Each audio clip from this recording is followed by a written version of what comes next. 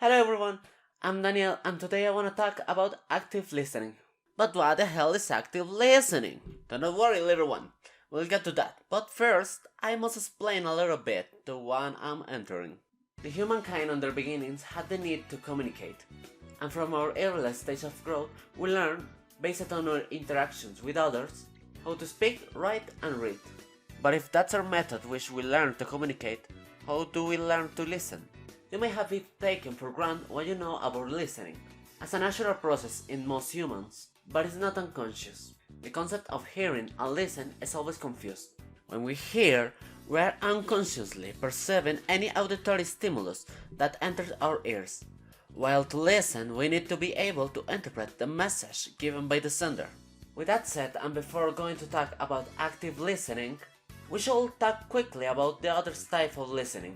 Appreciative listening! The objective with what we hear is not to pay attention, but are to generate relation, pleasure, inspiration, entertainment. Selective listening! We separate the parts that interest us and those that do not.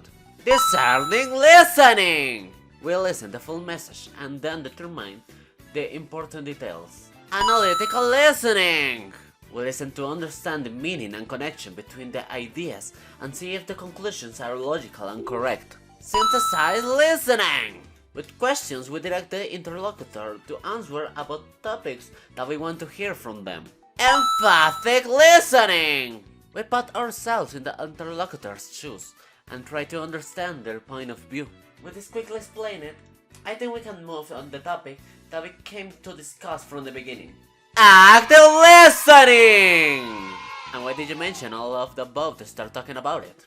Well, something that we have to consider is that this kind of listening is the most important, and additionally it mixes elements of the previous types of listening. It represents a physical and mental effort to attend to the totality of the message.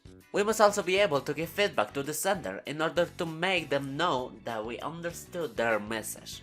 Now that we have understood what is active listening, we must also take into account factors that could act as a barrier when listening, which may be internal or external. Internal barriers can be things like distractions, lack of attention, stress, prejudice, strong emotions during conversations, or egocentrism.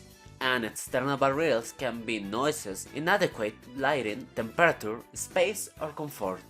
We must be able to manage these barriers as much as possible to achieve a correct active listening. And this is all I wanted to talk to you for today. Has been useful for you?